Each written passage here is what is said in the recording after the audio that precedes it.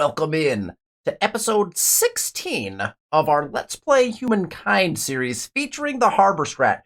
We are cruising through the industrial era as the Siamese. We're getting our floating markets in. We're still actually have some VOC warehouses that are being built after we one-turned several of them in a couple of our bigger cities to be able to get that strat online. Let's jump straight into gameplay after. I remind anyone who is not caught up on the series, in the description below is the link to episode 1 for this series. So if you want to catch up on all things Harbor strategy and Humankind, you can catch up on the whole series by clicking on the link down below. But let's jump into gameplay and get the industrial era underway. Welcome in to our capital city of Byblos. It is looking quite lovely. Got some walls now. Looks beautiful. Looks absolutely beautiful. We are in the industrial era. We are making 24.7k gold per turn on turn 170, and we have a couple of VOCs still going in, right? Byblos is still cranking out. It's like 2 more VOCs that we're building here, and we've got more VOCs going in on some of our other cities on our original continent as well. So pushing in the industrial era, we're still building some of our early modern era Dutch VOC warehouses. Those are getting online, and we're about to start really cranking out our floating markets as well, which are gaining huge yields for us as we go through this era.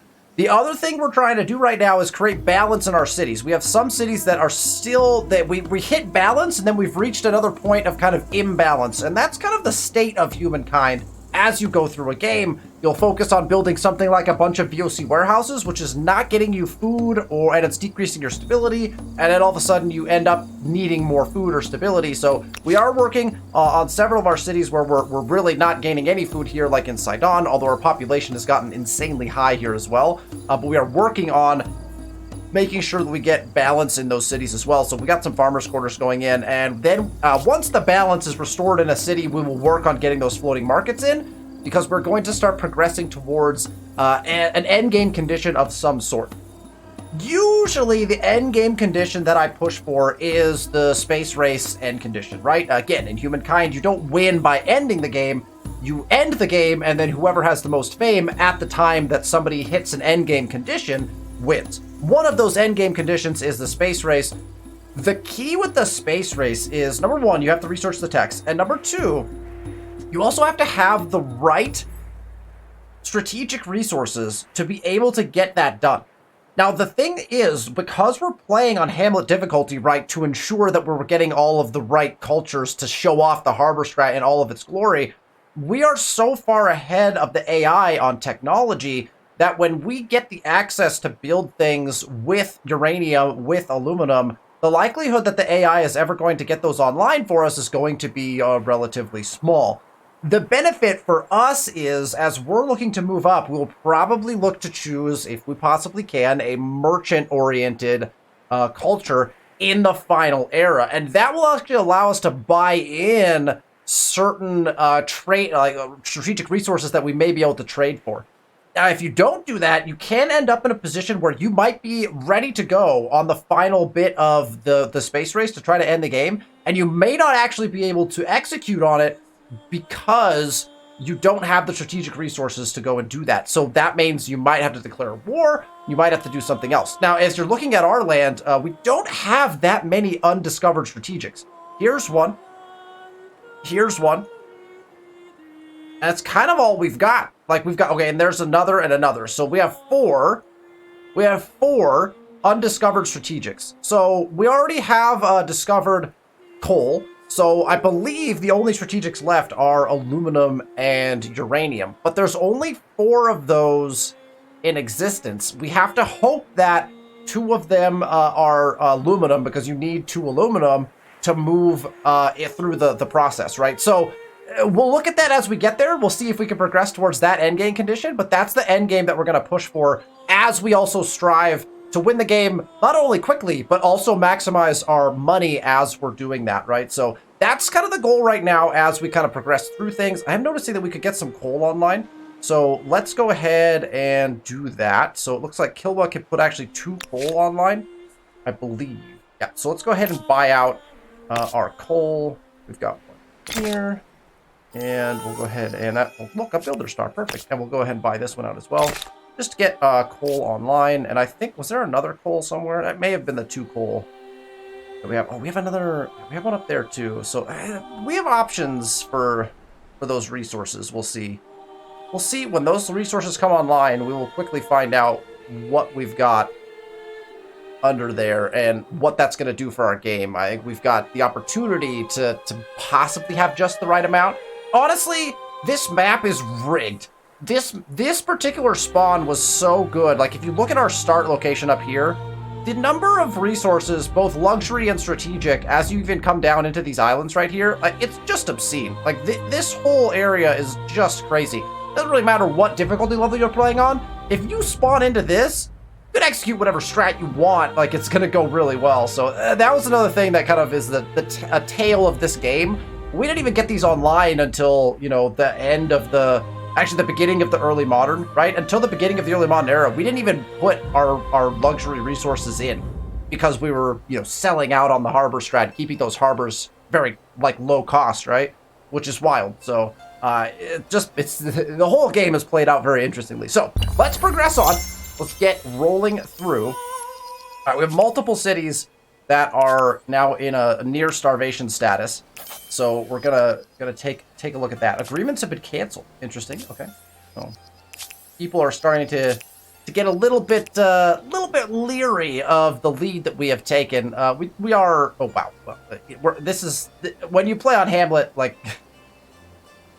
We've got AI still in the 3rd era. We've got 14,000 fame to 4,000 fame lead. Hamlet is, you know, it's Hamlet. It's meant to be that way, right? Okay, so Byblos is in some level of trouble just as far as food is concerned. So we want to try to fix that. We're just going to buy out whatever we need. We have 85,000 gold. Our best buyout is honestly probably going to be this fertilizer plant because that's going to give us, that's going to give us 93 food. So we're just going to pay the 13K for that, and then we'll be good on food, at least for a small amount of time there. Our populations are growing at such a rapid pace at this point because we have so many VOC warehouses, floating market. Like, we have so, like, look at this. We have 42 available slots for money.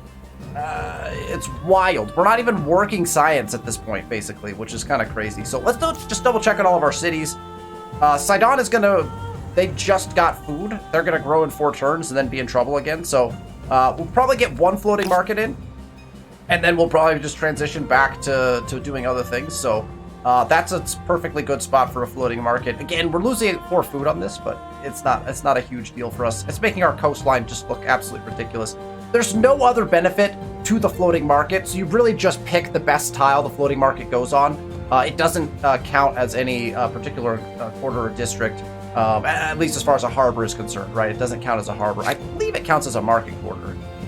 Oh, it counts as a market and a maker's quarter. So that's actually, and again, the maker's quarter on the coast is not really going to do much for you, particularly, but we do want it to be adjacent to market quarters as much as possible. But that's what's going to happen if we put it kind of in our optimum spots, right? So we put it here. We can build a market quarter here. That's the plan anyway. So that's what we'll go ahead and do. And then it looks like, let's again scroll through our cities. I just want to double check that everyone is doing well. We got plenty. Carthage is doing well. They're going to finish their final VOC warehouse. Kilwa is working on floating markets. They're also doing well on food. Lamu is going to be, they're 5 turns away from growth, which is going to cause problems, but they're also building a fertilizer plant, so they're also going to be fine. And they actually have all of their floating markets in already. So all the floating markets already in there. We do need to build some more cloud shrines. We should probably do that. We also have access to the Taj Mahal, it looks like. So we need to build the Taj Mahal.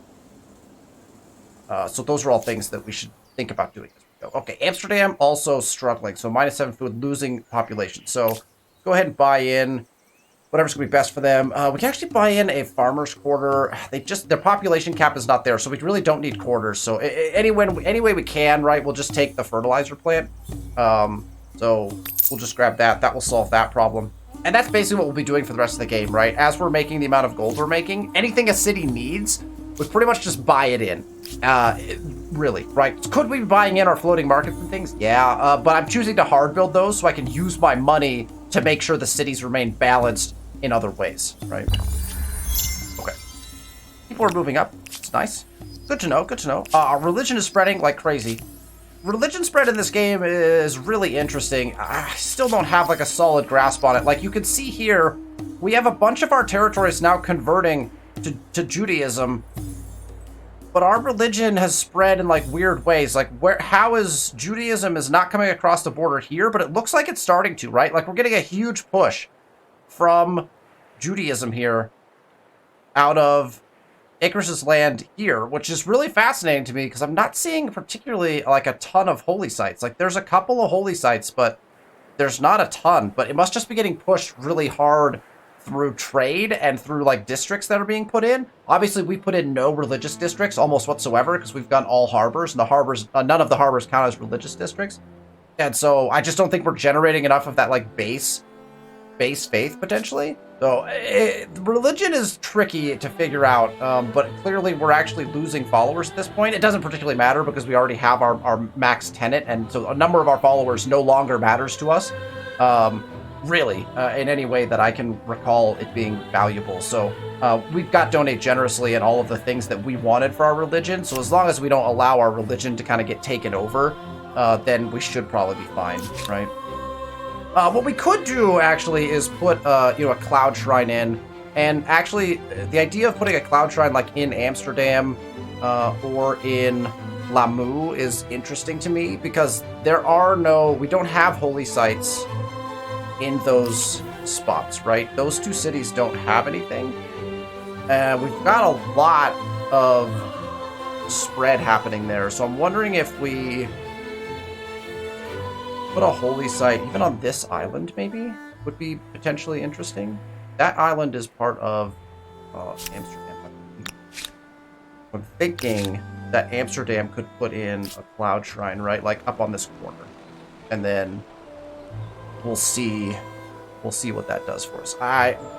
Who knows if that will even be valuable or not. It's not really connected to any territories, but and actually that territory doesn't have any trade capabilities. Maybe it's actually here that we want to put it. Want to put it in this territory because we have a lot of trade potentially coming out of here. Let's do that because that seems intriguing to me. We probably want to put it over here because this is all market quarter locations. So we're just going to stick it like here.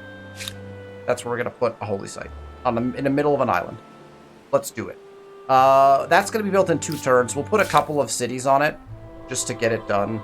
As soon as it goes to 1, then we're good, right? So 1 turn. Get it to 1 turn, and then that's fine. And then as long as our cities are balanced, we got 2 turns, so we could put in, I think, 1 of our floating markets here. That's going to be... is that the best spot, really? I guess it is. Yeah, because we're actually exploiting some... we're actually exploiting some industry out of that, which is kind of nice. Okay, it's floating market that's fine. All right, and we're just going to end turn. We'll keep cranking. Every time a city needs something, right, we'll just go ahead and buy it. We're going to have a couple cities that are going to come into, like, a little bit of potential trouble here in a moment, right? So Byblos is fine for now. So they actually finally have finished all of their VOCs. We can also put Taj Mahal in. That would get plus 50... Oh, actually... That would crank our money through the roof, actually. Let's see what the benefits of Taj Mahal are as far as placement. It's literally just... Yeah, it's just other things. So, all right, let's just get Taj Mahal in. Does it have to be on river? Wait, why can't I build it here? Also placed on river. But once in the world. Not required connection. But I can't build it. Okay, there's the locations on river. What does it exploit? Does it exploit everything? It exploits everything. So we really just want to pick a spot in the middle of somewhere that not currently exploited. Like that, like exactly like that. 21, 24 plus 20 stability.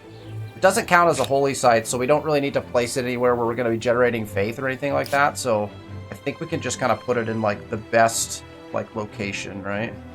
That's a 29, 23. As opposed to the 21, 24. I mean, either of those would work. I like the idea. The idea of putting it on our original continent, I think, is appealing to me. So let's go ahead and put it here. It's like right in the middle of a bunch of stuff. It's going to get some nice exploits for us. So let's go ahead and do that. And we'll get that built. We'll put a couple cities on it. Any city that's not working something at this point, we'll go ahead and put on Taj Mahal. I don't think we'll get it built in a single turn, but that's fine. We don't have to. Revenge of the Pharaohs, following the unexpected exhumation of a millennial-old casket by a mining operation near Kilwa, you order that the remarkable, well-preserved mummy within be exhibited for all to see. We did. However, a series of unfortunate events soon befalls many who come into contact with the time-lost corpse. Several archaeologists lie in comas. Miners have died in frankly ridiculous accidents. There's been an outbreak of a particularly unfortunate bowel complaint amongst the museum staff. The inscription on the casket speaks of a curse. You take this threat seriously. We can reinter and take it seriously. That would be probably not what we want, although it does get us plus 30 stability, which we don't need. Or we can exploit it. What could go wrong? I really want to know what this does. This is we're gonna exploit it. We're gonna get plus 30 money off of it. We're gonna see what happens. You have reached the end of an ideology axis. We have. Of all the epithets other empires may use for you, wishy-washy won't be one of them. All right, we continue to gain pop. Microbiology. Oh, there we go. And there goes microbiology. And so now we probably don't need to worry about just about anything. So we talked about this last time, but we go into the tree. If we look at microbiology, key tech in the industrial era, we just got there very quickly. Minus 20% cost of farmers' quarters. We can now build farmers' quarters at 20% reduced rate. More importantly, pasteurization gets us minus 20% population consumption on any city. So now each population is consuming 20% less food that they were before. So all of our food problems have now essentially disappeared if we go look at all of our cities. Additionally, mass vaccination gets you stability per pop, which is huge. So if you're having any stability problems, huge to get to microbiology. Also gets you access to the hospital, which again gets you really nice stability gains. If you have researchers, you can even move people into researcher slots just to take advantage of that particular capability with the hospital of getting +2 stability per researcher that's working on stuff. So good, all good things when you hit microbiology. It's again one of my key techs as you're looking through the tech tree when you get to the industrial era. That's one that you're gonna want. Perhaps I don't want that. There's just. I don't want to sign that with you, friend. Let's take a look at this. Sidon. Yeah, see, so remember Sidon, which was at like, what, I think they had surplus of like 11 food or something like that? We now have surplus of 437 food.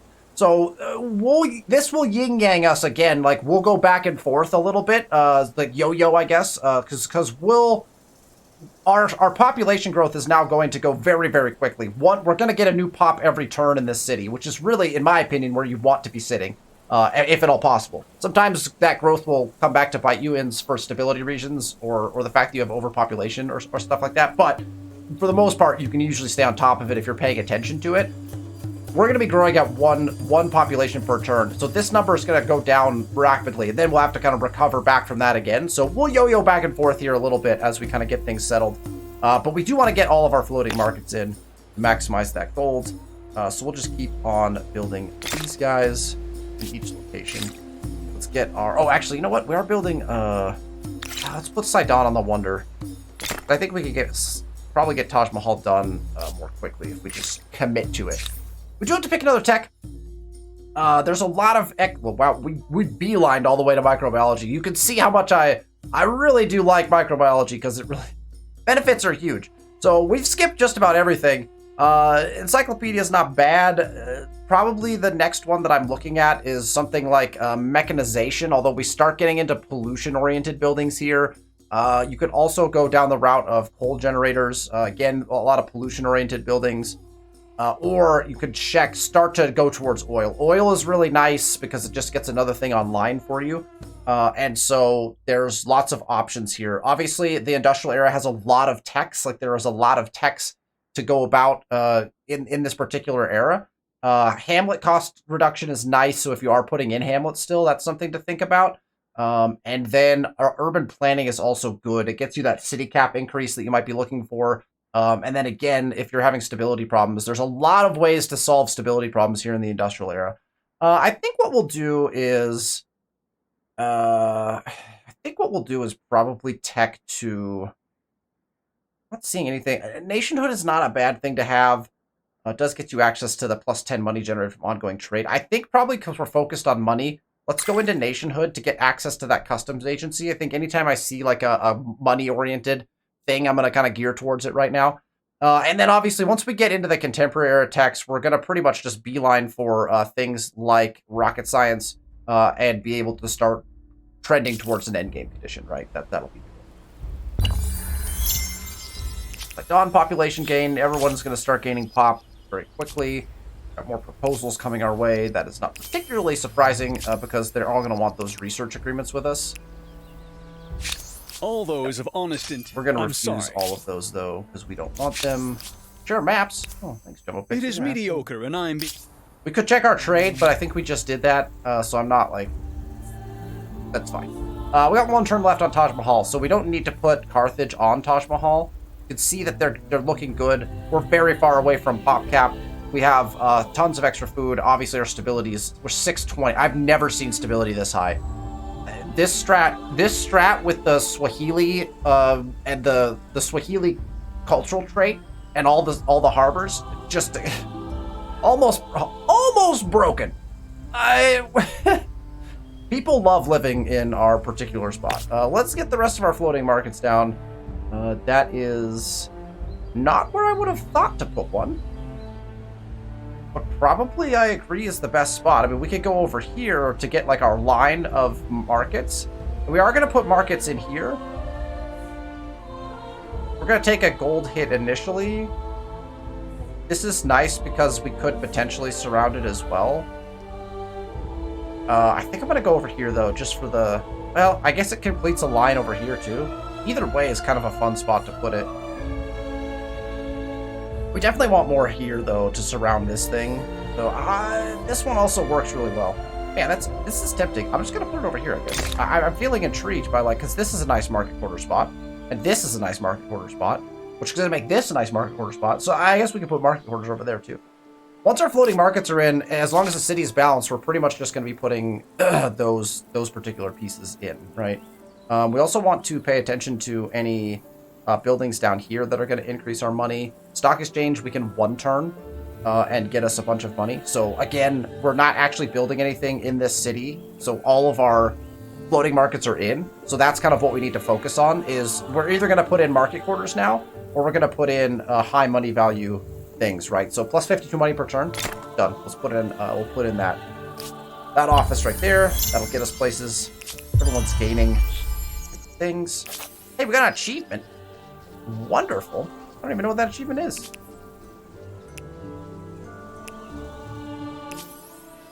It's weird that I hadn't had it yet.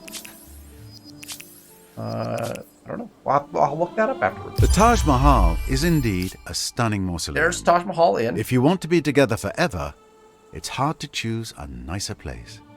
I want to look at wonders really quick, just to like point out maybe like really awesome wonders. The Brussels Town Hall is one of the best wonders in the game at this point. It's newer, but we also have a lot of other options. Again, we're trying not to cheese it too much. The AI is not taking any wonders just because they're on Hamlet.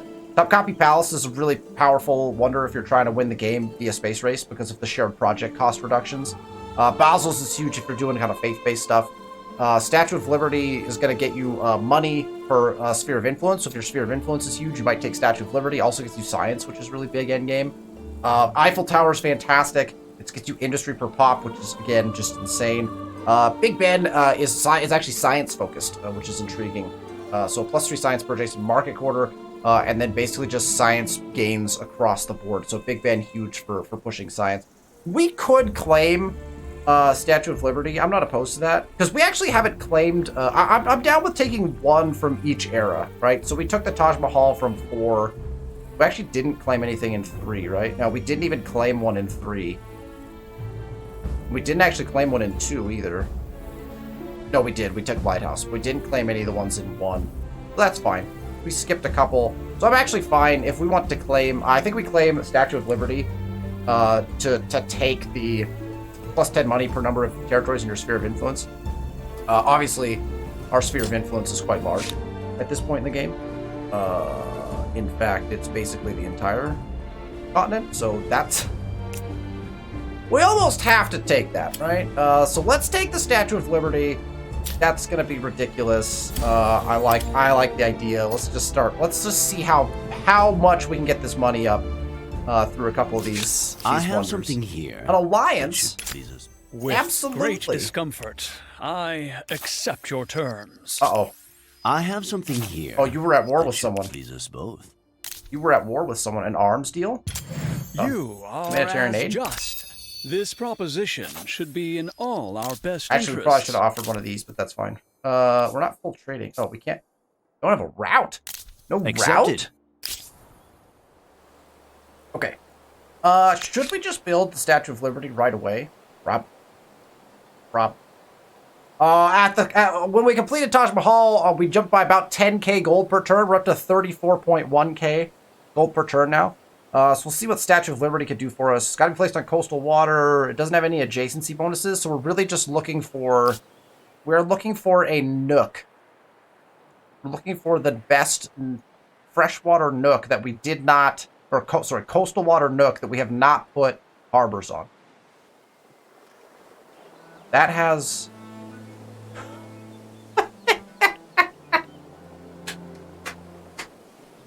20 food.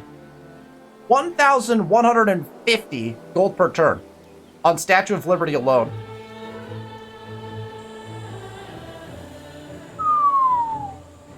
All right, so basically we're looking for... That should be the same everywhere, right? The gold number is going to be the same anywhere. Yeah. Oh, wait, it's not. How's that possible? Oh, because that was costing us gold. So it is. It's 1,100. So we just want the best little nook to put this in. Oh. About right here. Well, that does nothing for us? Oh, it only... Oh, okay. And they changed it. This used to not be true. It exploits all FIMs, but it does not anymore exploit land. It used to exploit land tiles around it. They changed that. I forgot. I did know that. So it's just been so ingrained into my mind that it does everything, but it doesn't. It only does land. So actually our best bet is not a nook. It's actually, yeah, a spot like this where we haven't put... Let's see, what are we getting there? 32 and some science. 32 food and some science. I think that's got to be our best spot, right? Oh, 36. 33 and some science. 36 food. I mean, none of this matters at this point. Like like min-maxing on food is not critical to us, but basically just looking for, like, this right here is a nice spot because it's got a lot that's not taken care of. Plus it gets us a little science boost. I don't think the extra 3 food is worth it for being over on this coast.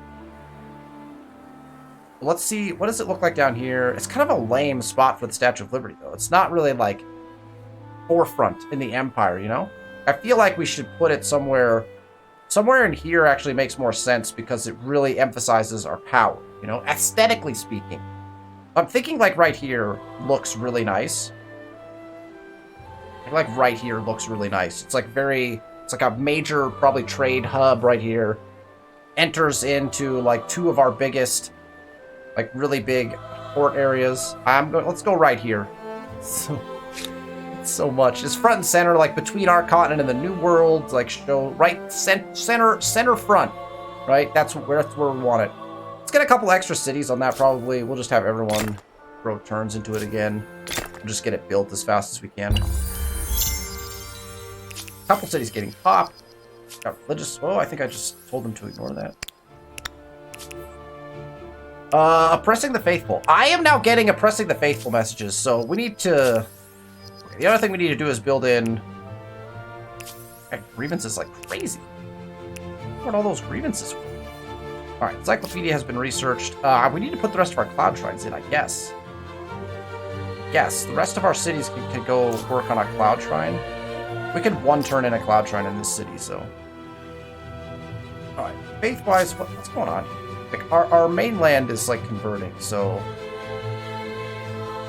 Just weird conversion spots. I'm gonna put something up here, I think. Or maybe here. Amu is gonna build a cloud shrine. I'm thinking I put it, like... Was it this territory that was... Yeah. There's a couple resources in this territory, so I'm not opposed to putting something there. There's nothing up here, although proximity-wise would be really nice. Let's put... I think we have 2. We might have 2 to build. I can't remember. But let's put it in this territory. there's two things. I'm gonna put it like just like dead center, just dead center of the territory, right. Okay. I think that's actually our last one. That might be our last one. Was that a good plan? Who knows? We'll find out.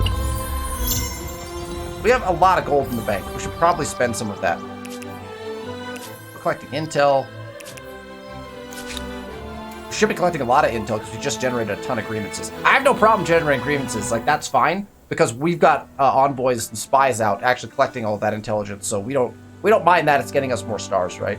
Okay, we can build another cloud shrine. So let's take another look. So we just placed one here.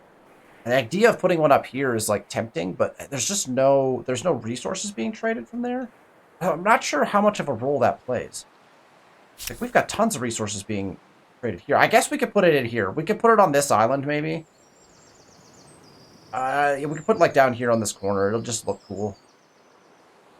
And we'll push some of our religion out of here. I think that's probably the play. So let's just build another one. We'll build another one like right down here. Just to, you know, it's a nice coastal view if you go to that particular holy site.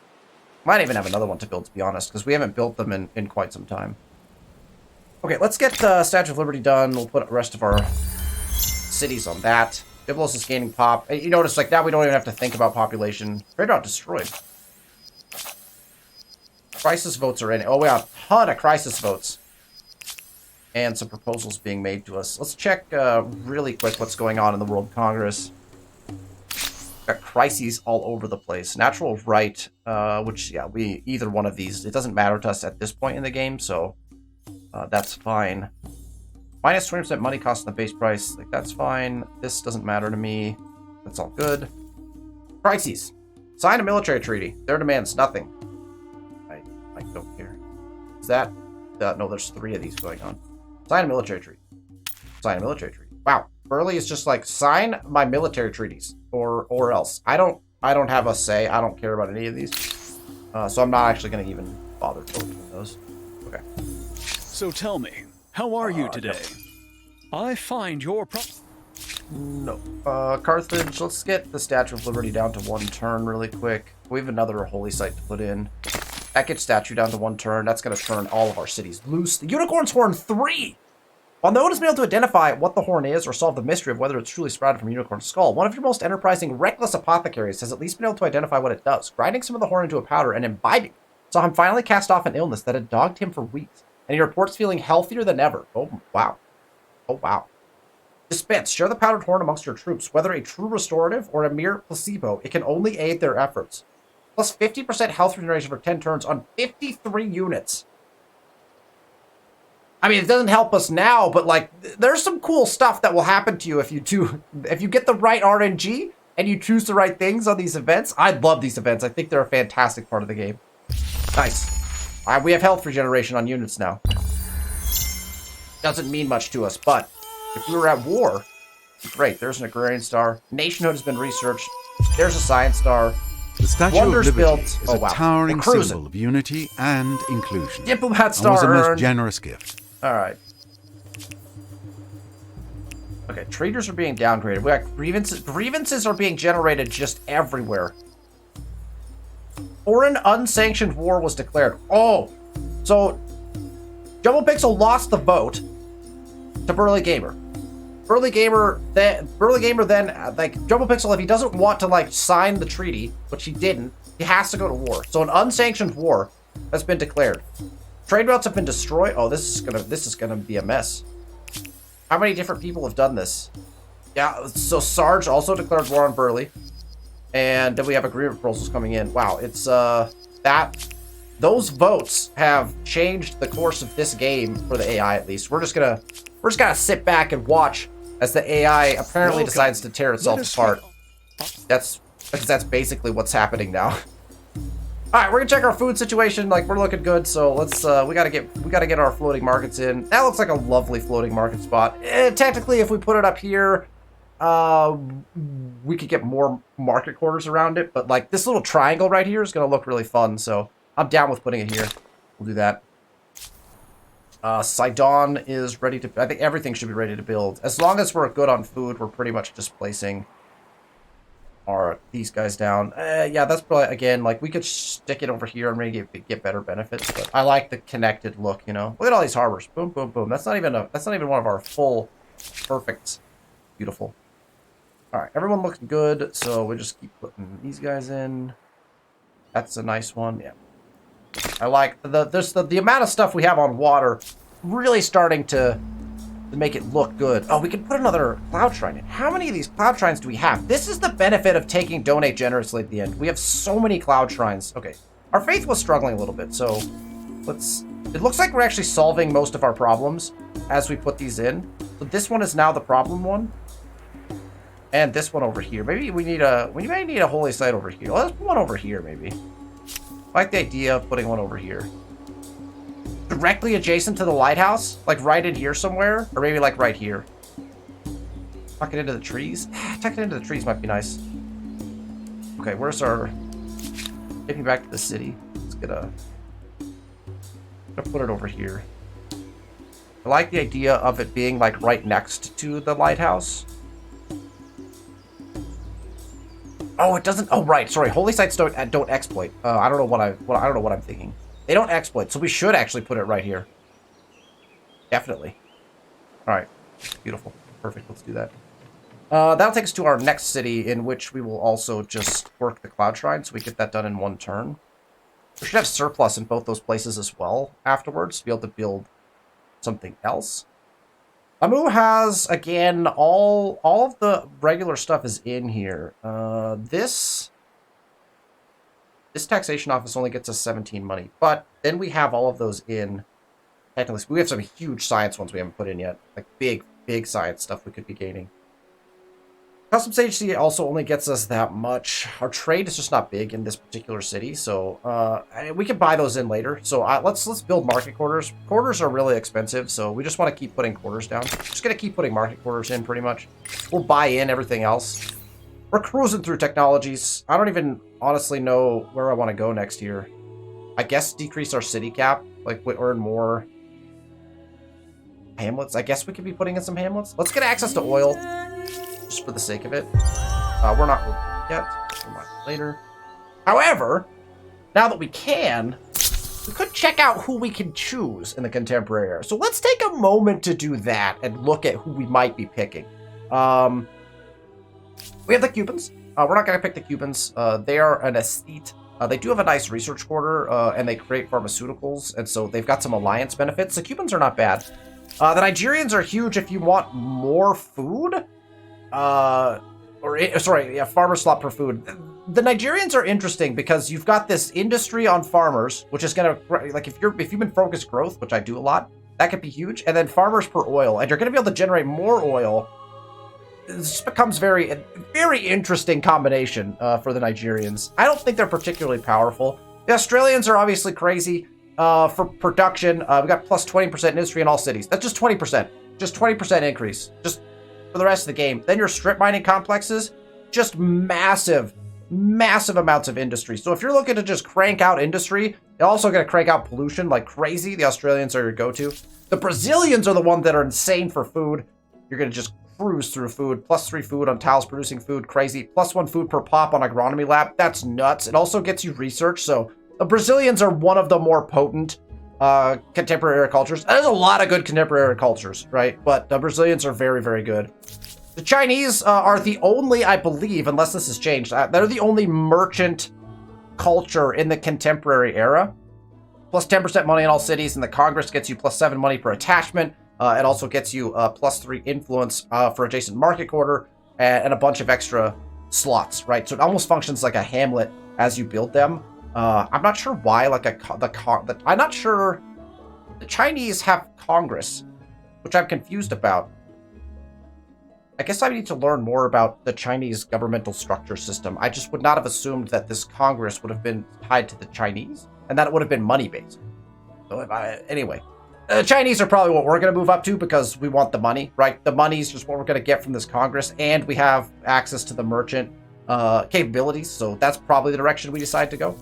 The Egyptians are very strange. +4 influence on emblematic district. I mean, is that going to get you a lot of influence? Yeah, but what are you going to do with that late game? I don't know. Archaeological dig is also like, I don't know, like, literally just gets you influence. What are you spending influence on? At this point in the game, I don't know. The Indians are interesting.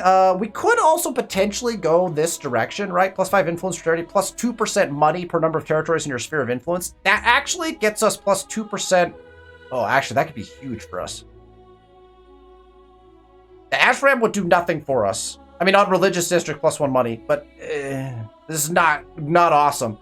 But +2% money per number of territories in your sphere of influence. The whole place, the whole world is under our sphere of influence. That feels like it might be an astronomical sum of money. That's going to be tempting. It might be tempting.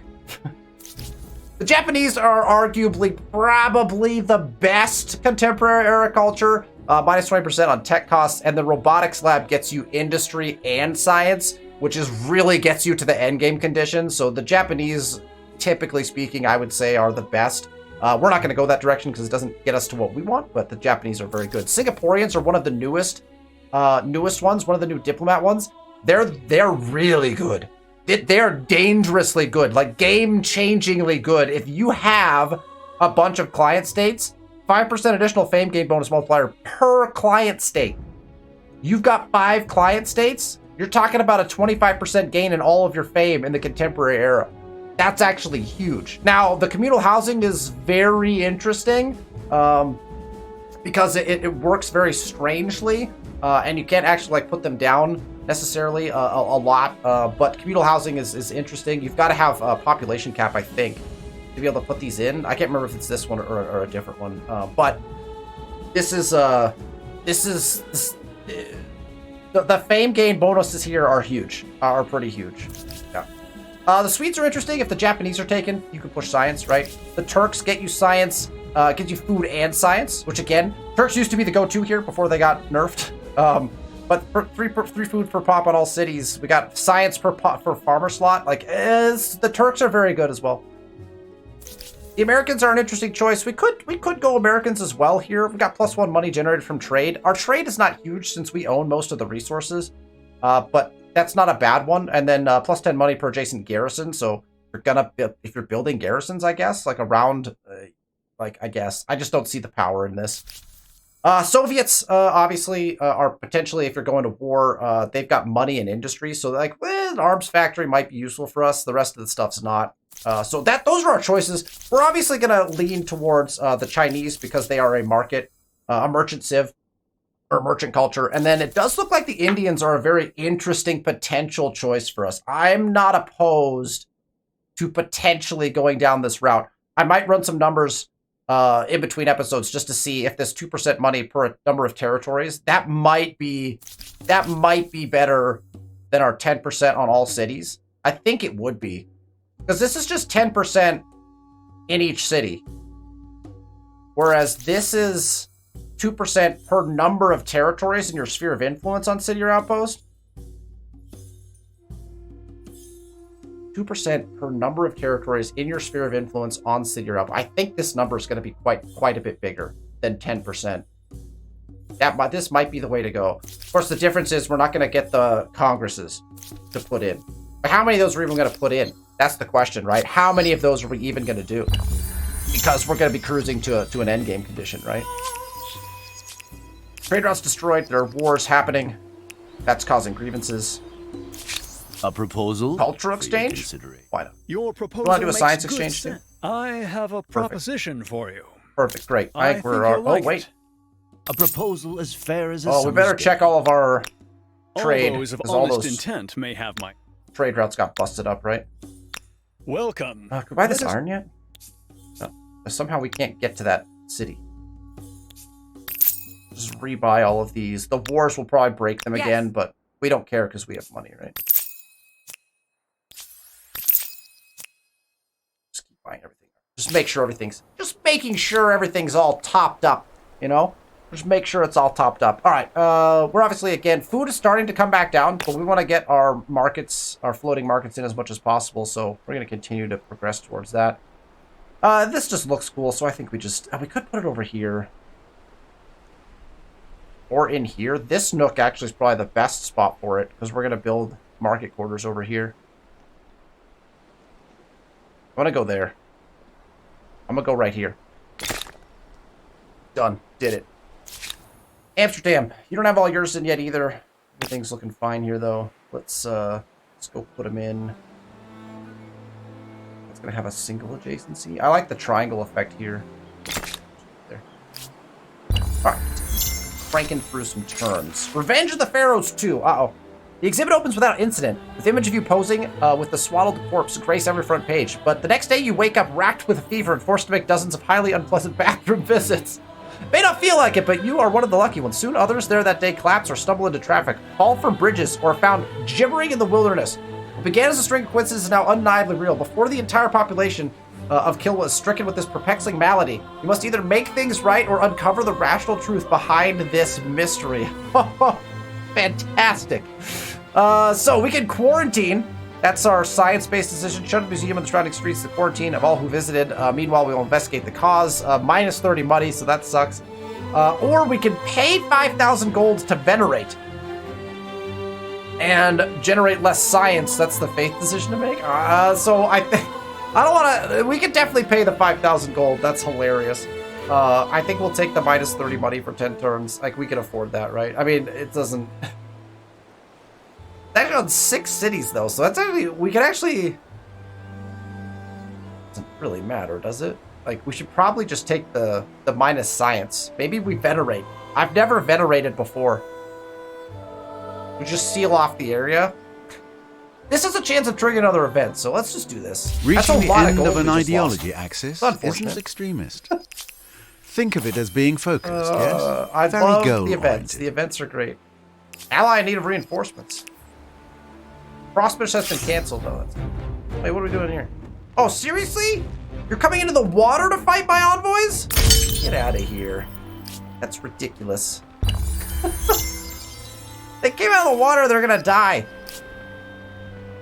Okay, they saved themselves. That's... Alright, collecting intel all over the place. Okay. Sidon is ready to just continue building more of these. That's a tempting replacement. Do we replace? That's our haven, right? Do we replace our haven at the cost of 15 food for 60 gold? I think we have to. I think the haven has to go. We have to wave goodbye to one of our original havens. Because we get 60 extra gold out of it if we get rid of it. I think we gotta burn it down. Yep. It's time. We gotta get a floating market. Technically, we just got rid of a harbor. So that made our VOC a little bit worse. So maybe that was a bad play, but we've increased our gold. Did we just get rid of a harbor during the harbor strat? Floating markets are very powerful. Floating markets are very powerful. Let's get the rest of these floating markets in. Yeah, that looks amazing coming off the cliff right there. Oh, it's not a harbor, so you can build it off a cliff. That's great. I don't know how people are getting to it, but I'll take it. That's awesome. Reparations galore. Grievances, attitudes have been changed. Treaties are ending. I think the AI are starting to realize that the game is you know, out of hand. They should have realized it a while ago, but you know, this is gonna look so good right here. Oh my gosh.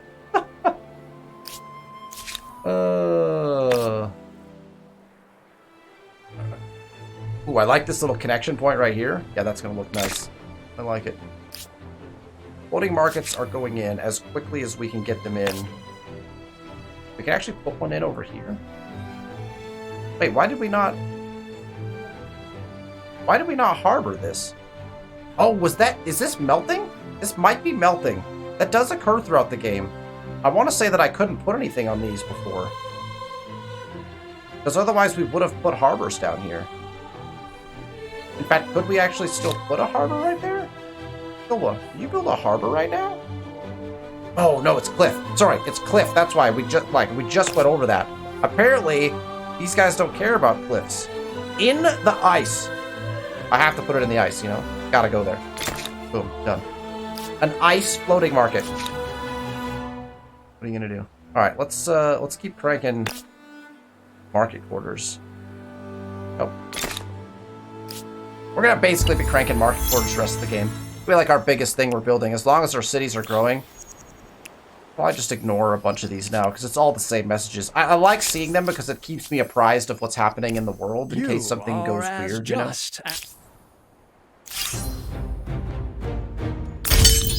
Stop fighting my guy! What's your problem? 37 trade routes destroyed.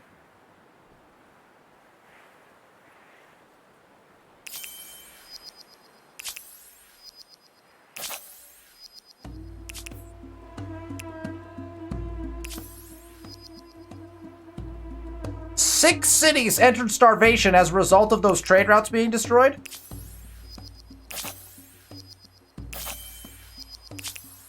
Okay, so something just happened. I'm waiting for the jealous types to say things like, "It's just a big pile of rocks."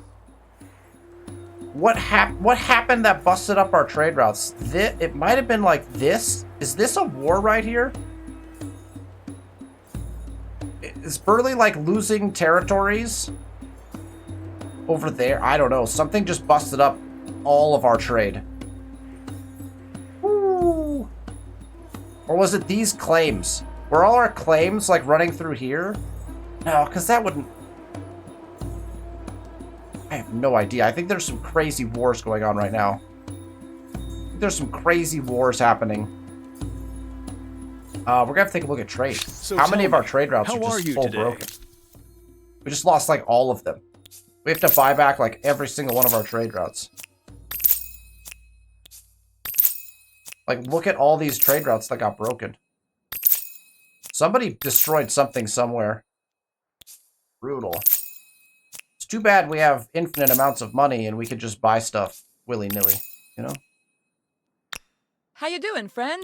I think something... Wow, every single one of our trade routes got broken. Look at all these. Not even sure what would do that. Were they all running through like a single city? I've never seen this many trade routes get completely destroyed in like one sweep. We must have had everything running through like a particular location. To what do I owe this pleasure? That still doesn't have a path. We literally just bought this tea the last turn. All those of honest intent may have my ear. Some of these are expensive. Wow, this is wild. And then, like, some of them aren't broken, though, right? Somebody destroyed something or took a city over where all these things were running through. Whew. Tell me about yourself. I will. I like gold and harp.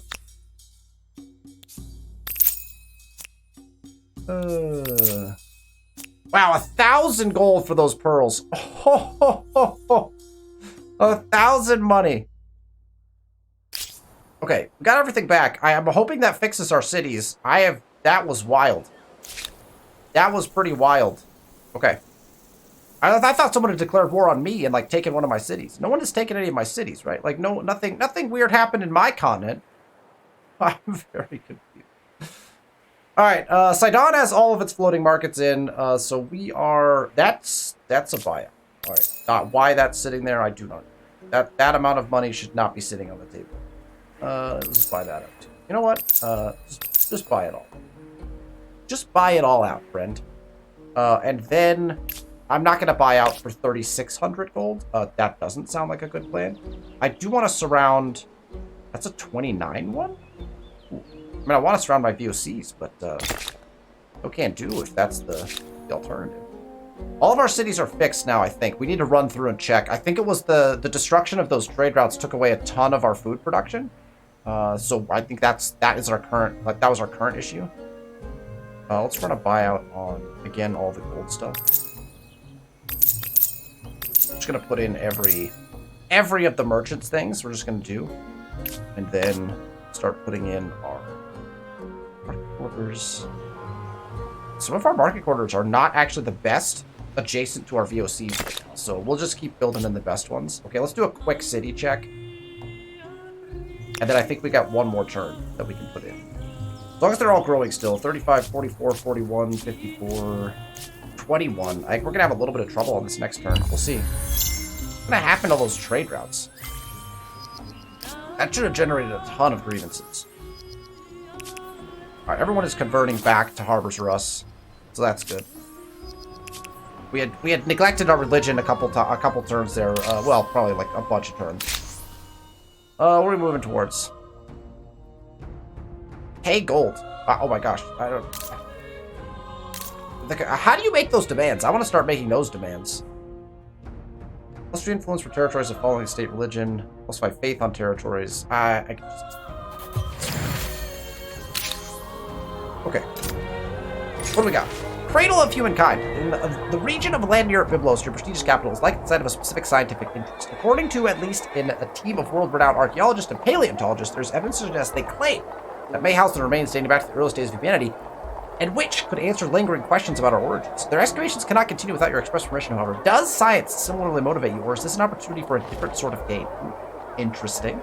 We could levy. That gets us money and minus science. If they want to dig, they must pay for the privilege and do so under our careful observation, handling any valuables over to us. That seems probably like what our empire would do. We can assist, provide funding to ensure they find whatever hides beneath the soil. Science investing, but minus money. This is probably generally what I would choose most of the time. Or we can capitalize, make a show of the dig, invite the world's press to bear witness. Though costly, it's an opportunity to demonstrate our global importance. So we minus money, we gain 5,000 influence. Yeah, 5,000 influence to us is not super important right now, but each of these has their unique opportunities. So we're going to levy it, get some of our money back. We don't need science, like specifically. We're kind of cruising on science, so we want to take the money option, right? We're going to levy. You have reached the end of an ideology axis. Thank you. Of all the epithets... Where are we going after this? Like urban planning, maybe, to get our city cap back? Technically, we want to just be able to get here, right, to rocket science, so... We actually need aeronautics. So let's go to aeronautics, because we want to just make sure we're prepped for when we do choose to move up. That'll be kind of our goal, right? We want to make sure we can get to our techs for our space race, so we're kind of prepping for that now. Because next week, we will be moving out of the industrial era and into the final era of our Harbor Strat game.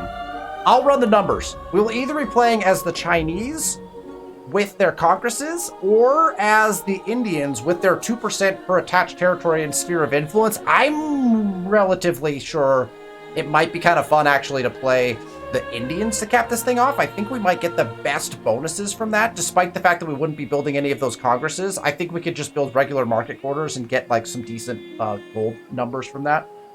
Increase our money by enough, so... the Indians might be the play, which is actually something I've never done before. So I'm interested in seeing how that might turn out. Again, I'll run some numbers, but we are cruising at 42.7 thousand gold per turn right now. We don't even have all of our quarters in yet, right? We're still putting in floating markets. No other empire could match your achievements. Thank you, Mr. Narrator. We'll be moving up very quickly here at the start of the next episode. That is what will happen next week. Thank you all so much for tuning in to this week's episode. This strat has been a pleasure to show off. Stick around. We've got a couple more episodes left before we hit that win condition. Find out how much gold we can get to by the end. That's my objective, is crank that gold per turn number up as high as we can get it, just to see in as short amount of turns as possible, how much gold could we get? I mean, if we pushed it out for a bunch of turns, like, we could probably push that even further, but we don't necessarily want to do that. So if you're liking the content, make sure you hit that thumbs up button. Make sure you're subscribed to the channel, as you will get notified when I release these videos. Sundays is when these videos come out. After this series, I've got a couple one-offs that I'm going to release, Humankind kind of descriptor videos, helpful guides, hopefully. And then we'll be back into another Let's Play series at Humankind difficulty. So lots of fun stuff still coming on the YouTube channel in regards to Humankind. Thank y'all for watching, and I'll see you next week.